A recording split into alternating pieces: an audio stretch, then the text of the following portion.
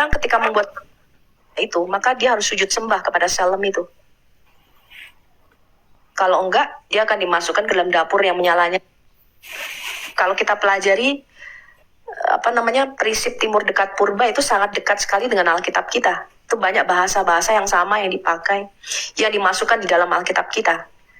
Nah, ini orang Wanes gak begitu mengerti ketika saya bilang bahwa kerajaan bumi itu merupakan daerah koloni, daerah kepanjangan atau daerah jajahan kerajaan sorga. Mereka gak nangkep ini.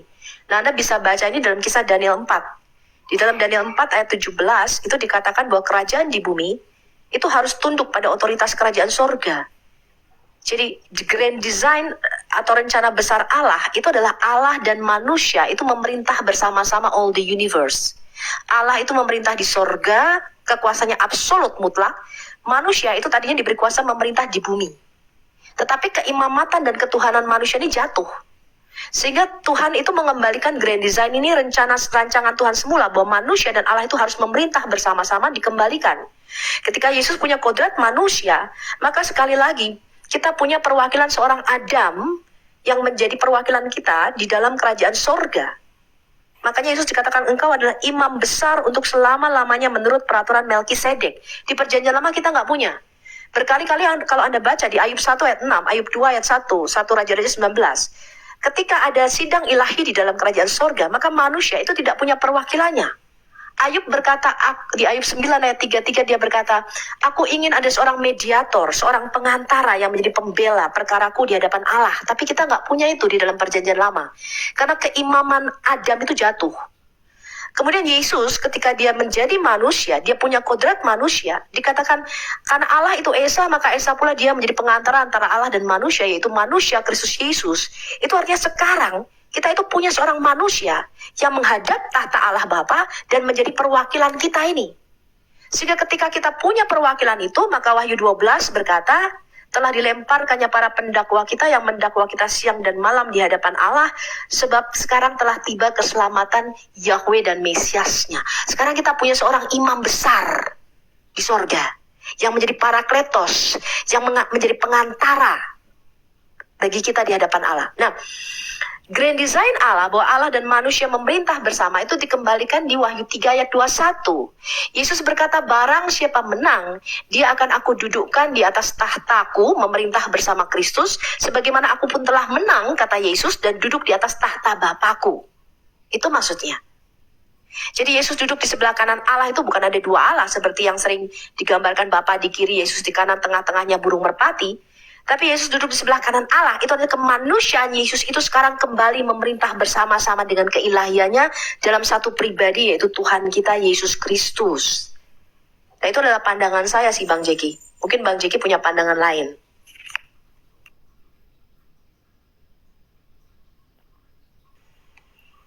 Oke.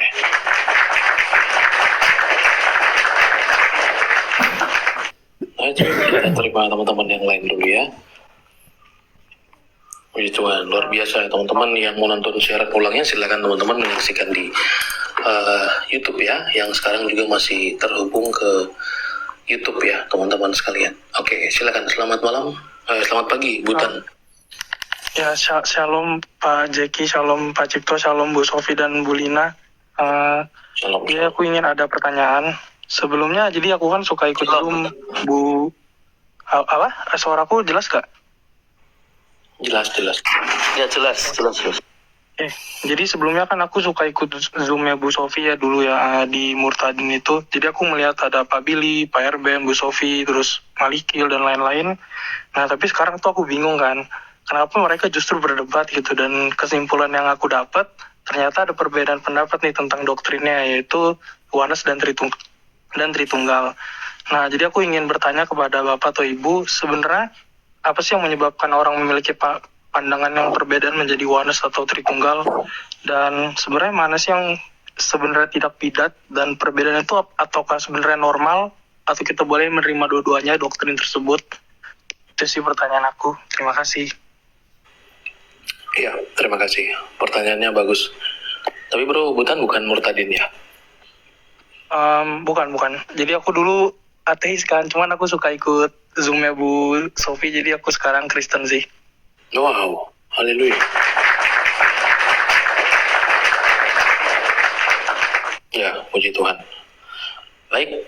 karena ini dari Bu Sofi, silakan Bu Sofi tanggapi. Kira-kira bagaimana kok bisa sekarang udah berbeda itu? Atau Pastor Cipto sudah open mic? Sudah selesai, Pastor? Ya, tadi sudah selesai. Oh iya. Mungkin gantian, kasihan Kak Sofia kan suaranya lagi ini juga. Shalom Kak Butan. Tuhan Yesus sayang Kak Butan ya. Jadi titik tekan pertanyaan tadi saya kurang dengar, Kristen atau bukan ya Jeki? Kak Butan Kristen bukan? Dulunya Kristen, aku ateis. Kristen. Dulunya kuat. ateis. Sekarang Kristen. Setelah beberapa kali mengikuti Aku Zoom Bu Kristen. Sofi, sudah mengambil keputusan ikut Tuhan Yesus. Oh luar biasa, sungguh sangat indah. Amin. Nah Kak Butan, tentang doktrin itu, ini bukan macam kayak pemilu atau memilih makanan. Hosea 4 ayat 6, kalau pilih makanan kan kali ini kita mau makan apa nih? Mau makan misalnya gado-gado ataukah apa kan gitu, itu milih makanan. Hosea 4 ayat 6 mengatakan begini, kasarnya gini, jangan main-main dalam mengenal Allah dan jangan tidak mau mengenal Allah. Karena orang yang tidak mau, maka anak-anaknya akan dilupakan. Itu. Lalu di Yesaya 5 ayat 24 mengatakan apa? Jangan menista sang firman. Kalau menista firman, menganggap firman itu hanya kata-kata, maka orang-orang seperti itu akan dibuang dalam jerami, seperti jerami dibuang dalam api kekal. Itu Kak Butan. Jadi ini bukan masalah pilihan. Yang mana ya? Yang benar. Nah, ini kalau jurus 1 menit untuk membuat orang menyalahpahami iman Kristen. Contoh begini, kalau Kak Butan ini awam, lalu misalnya saja dangkal, mudah dibelokkan. Karena itu kita harus menyandarkan telinga kita kepada sang firman. Contoh, kalau dengan 2 atau 3 pertanyaan sudah bisa belok. Ini, ayo Kak Butan, kamu pilih mana? Seperti Tritunggal, Allahnya 3, atau ikut aku, Allahnya 1. Ayo menurut kamu yang benar mana? Tri atau 1? Orang yang awam ya udahlah pilih 1, dan itu. Terus yang kedua, ayo pilih mana? Yesus itu ciptaan. Kata orang-orang Tritunggal, Yesus ciptaan. Ataukah seperti aku, Yesus itu adalah Allah Bapa sendiri. Ayo pilih mana? Nah kalau orang yang awam, loh ya Yesus ciptaan ya salah-salah. Ya kalau itu aku pilih Yesus adalah Allah Bapa. Itu nah. Langsung belok sudah. Maka dikasih label, kalau gitu kamu ikut saya, kamu jadi oneness atau apapun sebutannya, Yesus only atau apapun sebutannya. Itu. Maka langsung belok. Nah karena itu ini bukan pilihan, ini pengenalan terhadap Allah yang benar. Orang-orang yang tidak memahami Tritunggal itu bukan berarti ada Allah yang baru, ada sesembahan baru, makhluk baru disebut sebagai Tritunggal, bukan. Bahkan ada yang menuduh orang-orang Kristen yang menyamar menganggap sebagai apa? Ini karangan dari murid-murid Tuhan Yesus, karangan dari perjanjian baru. Di perjanjian lama tidak ada Tritunggal. Siapa yang bilang? Sering saya bukakan juga dalam ruangan Kak Jeki beberapa kali sih, tidak sering, yaitu apa? Sejak dari lembar pertama Alkitab sudah diajarkan tentang Tritunggal, gitu. Tentang adanya Bapa, Firman, dan Roh Kudus. Biasa orang-orang yang oneness suka bertanya, di mana di perjanjian lama bahwa Sang Firman yang jadi penebus atau anak yang jadi penebus? Setahu kami, kata mereka gitu, Bapa sendiri yang jadi penebus. Ayo saya minta ayat, mana anak jadi penebus? Lalu biasanya kita orang-orang Kristen menunjukkan Amsal 30 ayat 4, yaitu siapa yang naik lalu turun, siapa namanya itu. Nah itu orang-orang yang manus nggak puas, karena kata mereka apa? Itu nggak ada kata penebusan. Di mana itu? Nah karena itulah terus dibukakan sejak dari lembar pertama Alkitab itu sudah ada tentang bahwa bukan Bapa yang menjadi penebus, tetapi anak yang menjadi penebus. Itu Kak Butan. Nah tetapi supaya untuk mudahnya Kak Butan dulu, jadi yang benar bagaimana? Yang benar Tritunggal. Kok bisa Tritunggal yang benar? Karena demikian, oneness itu menganggap Tuhan Yesus adalah Allah Bapa. Terus kita bertanya, memangnya kenapa Pastor kalau menganggap Tuhan Yesus Allah Bapa itu kok salah, kenapa? Kan enak itu Pastor, kan indah itu. Itu nampak indah memang di depan, tapi di belakang kekristenan kita ditusuk dari belakang. Karena kalau mengatakan Tuhan Yesus adalah Allah Bapa, berarti yang menjadi manusia adalah Bapa. Sehingga Sang Firman hanya dianggap kata-kata atau dampak. Dampak itu berarti kan adalah akibat toh, bukanlah penyebab. Bukan sang prima causa.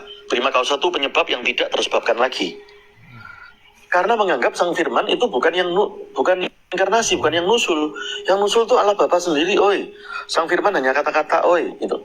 Ini berarti bukan Allah dalam iman kita. Allah dalam iman Kristen itu Butan tidak seperti MLM. MLM itu maksudnya gini, Allah Bapa jadi bosnya, lalu punya 2 anak buah, kaki kiri, kaki kanan. Anak buah pertama Sang Firman misalnya, lalu ada anak buah sebelah kanannya Roh Kudus, dua-duanya anak buah. Bahkan ada orang Yohanes yang berani sekarang semakin hari semakin membuka menelanjangkan dirinya, mengatakan gini, Roh Kudus itu hanya hologram. Ada yang berani berkata begitu. Sang Firman hanyalah hologram, hanyalah manifestasi. Jadi kalau digambar itu macam seperti kayak MLM.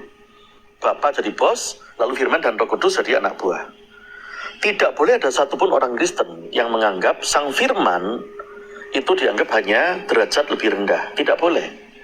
Tidak boleh ada satupun orang Kristen menganggap Roh Kudus hanyalah manifestasi, hanyalah hologram, atau hanyalah dampak atau akibat. Tidak boleh. Berarti derajatnya lebih rendah. Allah kita tidak berhierarki.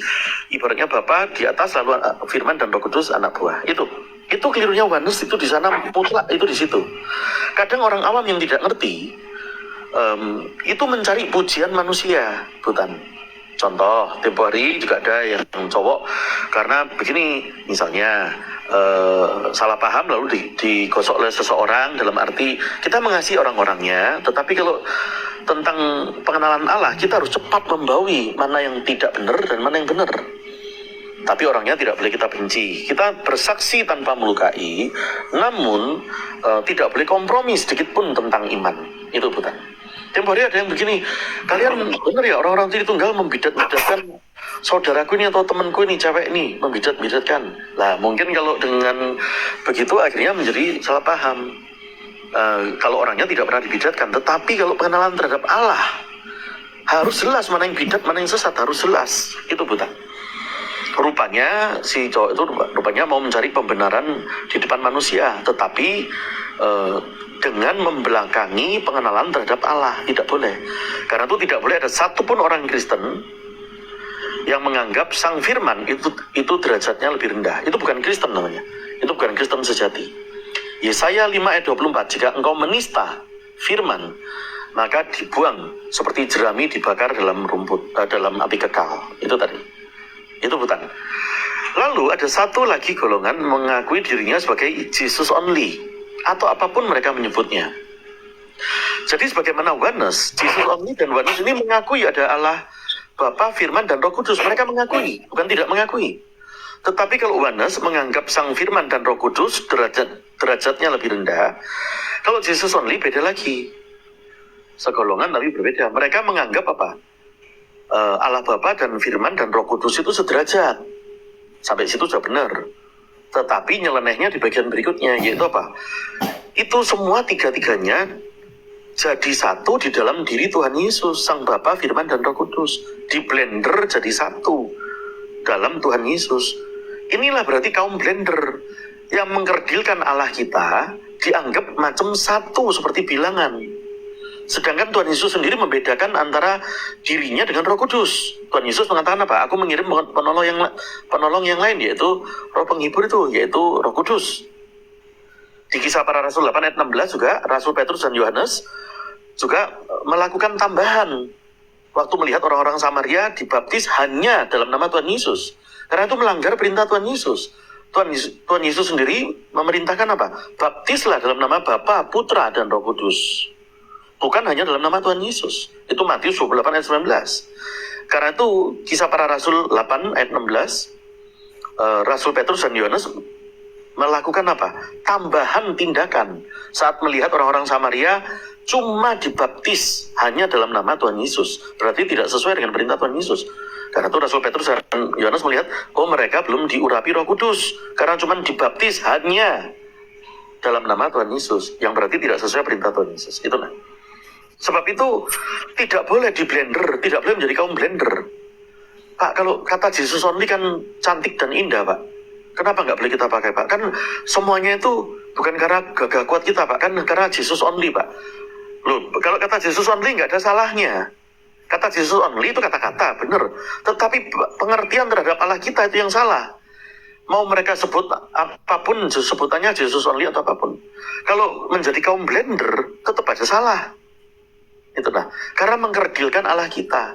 Karena itu kita harus cepat membawi mana pengenalan yang tidak benar. Itu tadi.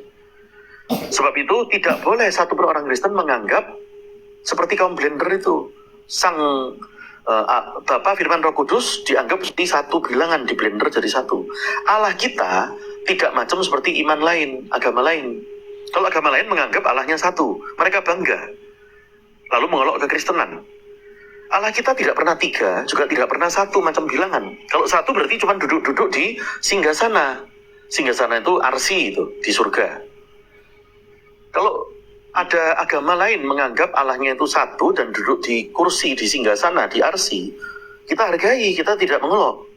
Tetapi kalau dalam iman Kristen, Allah kita lebih besar daripada arsi, daripada singgasana. Jangankan singgasana, dari surganya pun tidak dapat menampung Allah. Gimana dalilnya? 2 Tawarin 6 ayat 18. Langit dan segala langit tidak dapat menampung Allah. Itu bukan. Juga dikatakan Allah kita tuh di mana sih? Lagi di surga atau di bumi? Nah, ternyata Yeremia 23:24 jelas mengatakan Allah memenuhi langit dan bumi. Tidak seperti iman lain, Allah sedang duduk di singgasana. Kita tidak mengelok mereka, silakan. Tapi Allah kita bukan macam satu bilangan. Sebab itu, kita pun bangga sangat terhadap Pancasila. Sila pertama bukan ketuhanan yang satu. Dulu Alkisah, Pancasila itu sempat mau dilahirkan dengan kata-kata ketuhanan yang satu dengan kewajiban menjalankan syariat bagi para pemeluknya. Tetapi kita bersyukur, Presiden terdahulu, Presiden Soekarno, intelektualitasnya itu tinggi, literasinya tinggi. Sehingga bersama tim formulator saat itu menggodok, akhirnya lahirlah kalimat seperti yang kita pegang sampai hari ini, ketuhanan yang Maha Esa. Kalau itu tertulisnya ketuhanan yang satu, kalau Pancasila tertulis ketuhanan yang satu, dengan kewajiban menjalankan syariat bagi para pemeluknya, waduh, pusing kepala kita bagi umat Kristen. Karena Allah macam satu. Untungnya ketuhanan yang Maha Esa. Allah kita itu bukan satu macam bilangan. Jadi kaum blender salahnya di mana? Yang menyebut dirinya Jesus only atau apapun sebutannya, mereka menyebutnya. Itu salahnya menganggap Allah kita bisa dijelaskan dengan bilangan. Kalah dari angka 1. Itu bukan. Selalu saya ketengahkan, bilangan itu selalu gagal. Bukan, ingat itu. Bilangan selalu gagal dalam menjelaskan kealahan, apalagi kebendaan. Koreksi, dalam menjelaskan kebendaan, apalagi kealahan. Saya tunjukkan untuk kebendaan, sering saya bawakan contoh ini. Bilangan, misalnya 5 tambah 6, apakah 11? Semua profesor matematika tidak pernah mengatakan 5 tambah 6, 11. 5 tambah 6, 11 itu benar untuk urusan penyederhanaan di bumi. Tapi kalau profesor matematika yang mendalami, mengerti 5 tambah 6 tidak pernah 11. Karena bilangan selalu gagal menjelaskan hakikat kebendaan. Hakikinya benda itu gagal. Contoh mobil Innova. 5 mobil Innova tambah 6 Avanza. Apakah sama dengan 11 mobil Innova? Tidak, karena ada perbedaan. Yang 5 pertama Innova, yang 6 kedua Avanza. Kalau misalnya sama-sama Innovanya, 5 tambah 6 apakah 11? Tidak. Selalu gagal bilangan itu. Karena Innova yang pertama bekas, 6 yang kedua baru. Beda berarti. Nggak bisa 11. 11 itu penyederhanaan. Itu, nah 5 tambah 6, 11 itu penyederhanaan. Tapi gagal dalam menjelaskan hakikat benda. Hakikat benda aja gagal dijelaskan oleh bilangan, apalagi menjelaskan Allah. Tapi heran ada orang Kristen menyamar, bangga sekali kalau Allahnya jadi macam satu, macam Allahku satu, macam bilangan. Allah kita tidak pernah satu, tidak pernah tiga. Itulah. Tidak pernah bilangan. Allah kita maha hadir. Kalau Innovanya sama-sama baru, Pak. Bukankah 5 tambah 6, 11 berhasil berarti bilangan itu? Tetap gagal. Karena apa? Meskipun sama-sama baru, 5 Innova pertama warnanya adalah silver, 6 yang kedua warnanya misalnya hitam. Berarti bagaimana jadi 11? Beda. Kalau warnanya disamakan, Pak, sama-sama silvernya, 5 tambah 6 apakah 11? Tetap tidak 11. Bahkan warnanya sama, Pak, silver. Mobilnya sama Innova. Tidak 11. Kenapa tidak? Karena seriesnya beda. Innova kan banyak seriesnya. Itu lah. Yang 5 series terendah, yang 6 series yang tertinggi. Nah kan nggak sama. Nah, Pastor, bagaimana kalau disamakan semua? 5 Innova tambah 6 Innova, sama-sama silver, sama-sama baru, sama-sama tipe tertinggi, series yang tertinggi. Bukankah sama dengan 11 itu? Tetap tidak. Apalagi yang beda, Pastor? Pistonnya beda. Kalau yang cowok kan ngerti piston. Piston itu setiap mobil kan ada pistonnya, pasti lebih dari 1. Piston ukurannya sampai mikron.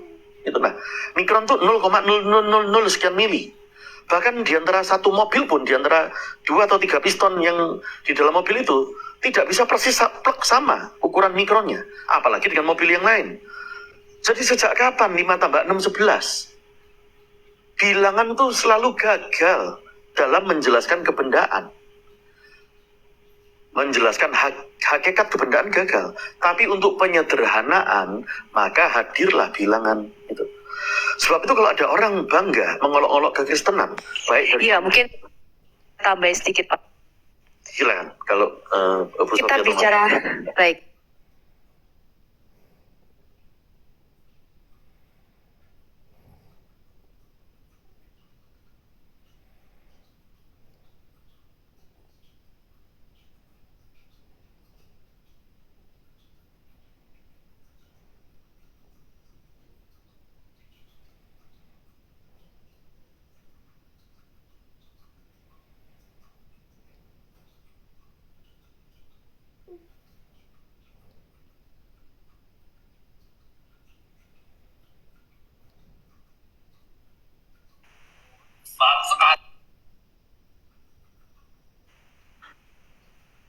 Sebentar, Bu Sofi.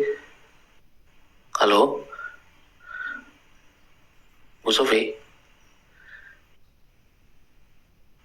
Suaranya nggak kedengaran tuh sama teman-teman yang lain. Coba di mute, terus dibuka lagi coba, Bu. Kalau saya sih bisa dengar, tapi teman-teman yang lain nggak dengar katanya di bawah. Mr. Cipto juga kedengaran ya? Ya, kedengaran. Suara Bu Sofia tuh saya kedengaran. Cuma Dengar kok, dengar. para pendengar yang nggak dengar ya. Hmm.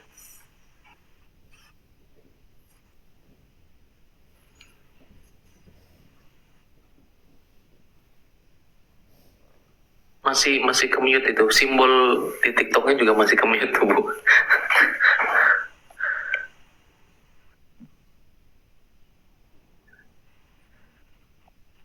Coba Bu Sofi saya turunin, nanti coba request lagi ya. Oke, sabar ya teman-teman. Ya, suara di saya sih bagus ya, jernih.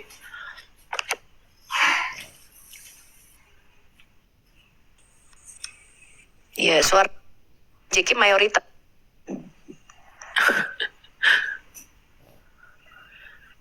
Halo, Stas bisa dengar suaranya? dengar di saya dengar. Teman-teman yang di bawah bagaimana? Mohon bantu monitor ya. Kedengaran? Oh, oke. Sudah ada Bu Sofi, silakan. Oke, jadi kalau kita bicara tadi, berarti saya mau mengemphasize aja, memperkuat apa yang dinyatakan oleh Pastor Cipto, bahwa kalau kita bicara Allah itu jumlahnya ada berapa, itu nggak perlu kita berdebat, sudah tahu Allah itu ya Esa satu. Bahkan setan-setan juga percaya bahwa Allah itu Esa. Kalau kita bicara misalnya agama pagan, misalnya Zoroaster kan juga percaya Allah itu cuma satu kan, Ahura Mazda. Kalau Anda tanya misalnya orang Hindu yang dewanya banyak, itu juga mereka percaya itu hanya pancaran-pancaran dan Allah itu cuma satu, ya. Jadi kita nggak perlu berdebat panjang lebar kalau bicara jumlahnya Allah, seperti yang sering ditanyakan oleh orang Muslim. Tapi yang kita permasalahkan di sini adalah Allah yang satu, Allah yang Esa itu bagaimana? Gitu loh teman-teman. Ya, jadi tadi Pastor Cipto itu mau menggambarkan dengan berbagai analoginya tadi, ada mobil Toyota dan sebagainya, mau menggambarkan bahwa kita bukan bicara Allahnya tuh ada berapa jumlah Allah. Bukan bilangan itu tidak bisa menggambarkan Allah kita. Bilangan itu selalu gagal. Makanya orang Yahudi menyatakan Allah itu adalah satu yang tidak terhingga.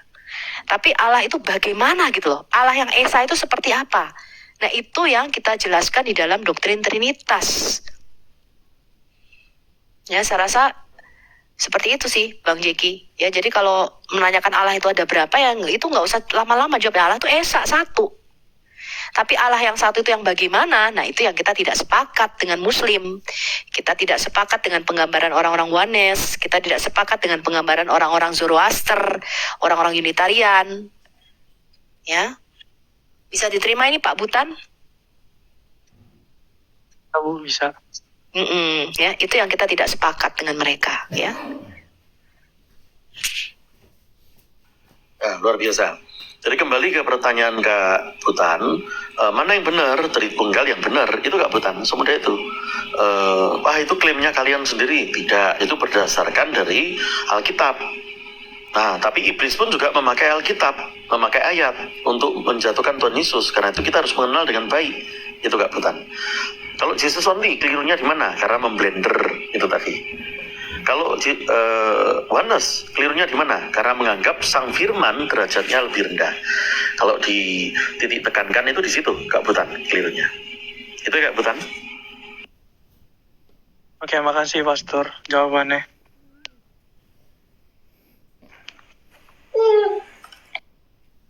Puji turun ya. Terima kasih udah dijawab Pak. Iya, Bu. iya sama-sama. Tuhan Yesus Lalu saya, ada Kak Butan. Iya, ada pertanyaan nih Pastor Cipto yang membingungkan juga. Lalu yang kita sembah siapa?